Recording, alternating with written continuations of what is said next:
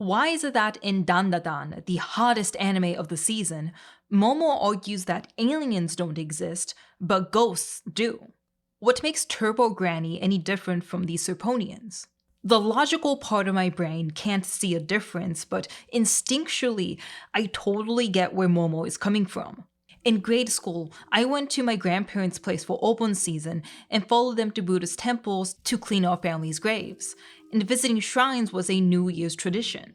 And by watching daytime television, I learned that there was a proper way to bow in front of shrine bells and how to tie fortune slips to trees.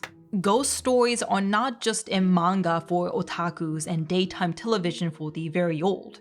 Spiritual themes are staples of mainstream Japanese media. Paranormal investigation is a surprisingly common segment in primetime Japanese variety shows. It felt like every 2 or 3 months, I'd end up watching a poor comedian get dragged away to a haunted inn. He'd be trapped in a hotel in the countryside until he captured footage of a shaking door or a glowing orb on camera. This kind of TV show is especially common during the summer. Similar to the scary season of Halloween in the United States, ghost stories are a staple during the Obon festival, the summer holiday when families would get together to welcome the spirits of their dead ancestors. As a way to repose the troubled spirits that appeared during this time, people told tragic or horrific stories about these lost souls, and this tradition became the custom of telling scary stories on summer nights. This is Junji Inagawa, not to be confused with Junji Ito. He's a ghost storyteller who has been doing horror mystery tours for 30 years now. He's pretty much the spooky version of Mariah Carey. I totally accept ghost stories and urban legends as a popular form of entertainment in Japan. What troubles me is the similarly mainstream, earnest belief in them because when you dig even a little below the surface of these stories, they get weird, and Turbo Granny is a perfect example of this. Legend has it that sometimes when a car goes through a tunnel, the driver will hear a knocking on the window and turn around to see an old woman running at the same speed as the car. The driver gets scared, crashes the car, and dies. Maybe. Sometimes she just scares people and that's it. So far, I get this legend.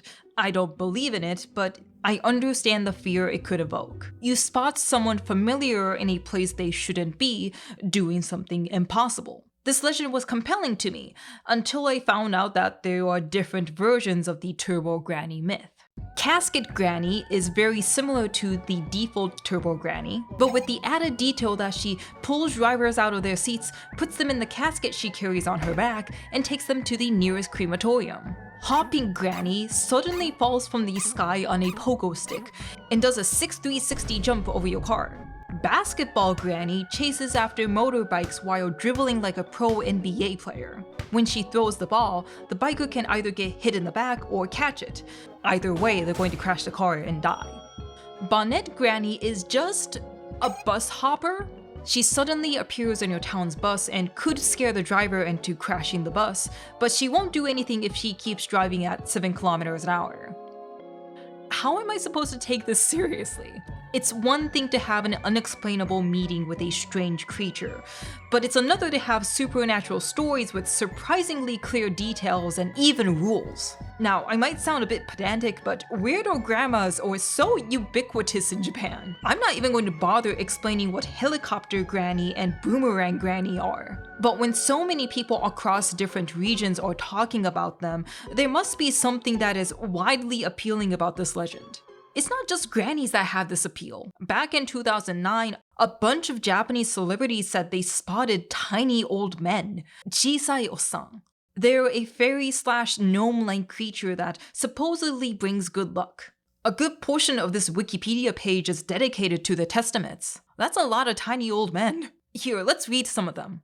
Junichi Okada from the idol group V6 says he saw a tiny old man and a tiny old woman pulling on his teapot. Singer and actress Mika Nakashima says she saw a tiny old man riding a Harley.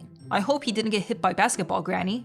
Occult writer Bintaro Yamaguchi states spotting a small geezer on top of Saya Hitagi's head during her pinup photo shoot. What a lucky perv.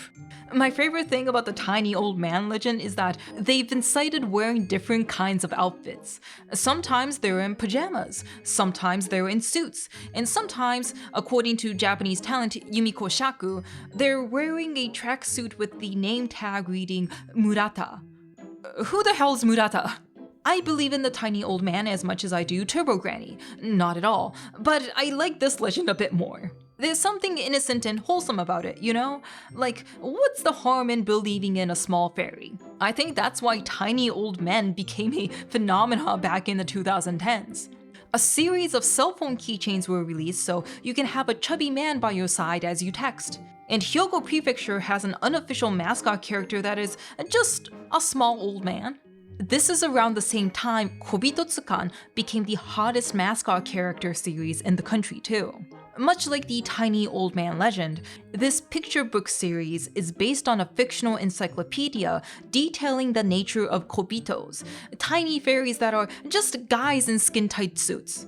People think Japanese mascot characters are just Hello Kitty and Pikachu until they go visit and spot a teen girl with a Shibori Ochichi plush on her back. Oh, have I mentioned that this is a series mainly aimed at kids? This franchise's DVDs are made out of short videos presenting children who hunt for these creatures, house them for observation, and then release them into the wild, much in a way a Japanese child would capture bugs for their summer projects.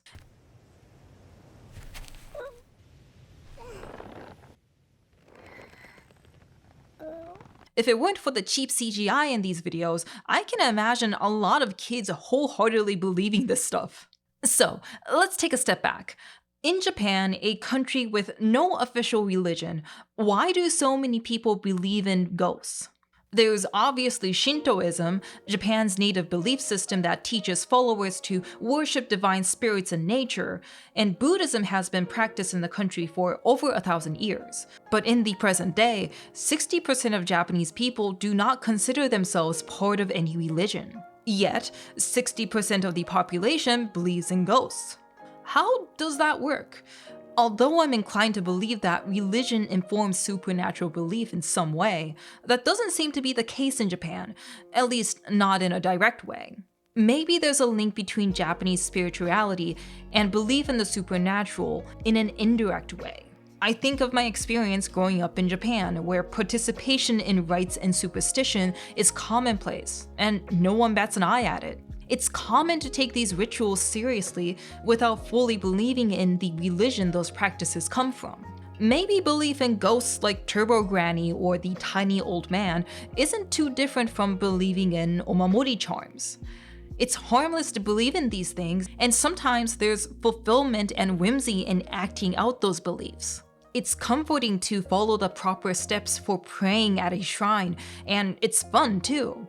And it's normal to be a little on edge when you're driving down a mountain road at night, whether you're looking out for a running hag or not.